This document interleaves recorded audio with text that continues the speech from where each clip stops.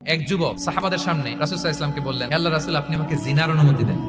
আশেপাশের সাহাবারা তো রেগে মেগে আগুন, সবাই ধরতে গেল আর ধমকাতে গেল, ছি ছি ছি, কি বলো তো, লজ্জা শরমের মাথাকে তুমি রাসূলুল্লাহর দরবারে এসে বলতেছো, হে আল্লাহর রাসূল, আপনি জিনার অনুমতি দেন। যে রাসূল আল্লাহর পক্ষ থেকে বাণী শোনায়, তোমরা ব্যভিচারের নিকটবর্তীও হয়ো না, আর তুমি সেই নবীর কাছে এসে আবদার করতেছো জিনার অনুমতি দেন। তারা যখন তেরে আসলো এই যুবকের দিকে, রাসূল সাল্লাল্লাহু আলাইহি ওয়াসাল্লাম তাদেরকে থামালেন, যুবককে ডেকে আনো আমার কাছে। যুবককে নিয়ে আসা হলো, রাসূল সাল্লাল্লাহু আলাইহি ওয়াসাল্লাম তাকে পরম আদরে কাছে টেনে নিলেন। এবার তাকে জিজ্ঞেস করলেন, তুমি জিনার অনুমতি চাও না? বলে যে ইয়া রাসূলুল্লাহ, জি, জিনার অনুমতি চাই। তখন রাসূল সাল্লাল্লাহু আলাইহি ওয়াসাল্লাম বললেন, তুমি কি পছন্দ করবে যে কোনো পরপুরুষ তোমার মায়ের সাথে এই জিনাটা করুক? সে বলে, কখনো না, আমার মায়ের সাথে কেউ এই পাপাচারে লিপ্ত হবে, এটা কোনো মানুষ মেনে নিবে না। তারপর রাসূল সাল্লাল্লাহু আলাইহি ওয়াসাল্লাম তাকে বললেন, তুমি তোমার কন্যার সাথে কেউ এই পাপ কাজটা করুক, এটা তুমি মেনে নিবে? এটা তুমি পছন্দ করো? সে বলল, লা ইয়া রাসূলুল্লাহ, হে আল্লাহর রাসূল, কোশ্চিন কালো না। তখন রাসূল সাল্লাল্লাহু আলাইহি ওয়াসাল্লাম বললেন, তুমি যার সাথে জিনার অনুমতি চাইছো সে তো কারো না কারো মা, কারো না কারো মেয়ে, কারো না কারো বোন, তুমি এভাবে কেন ভাবতে পারো না? সুবহানাল্লাহ।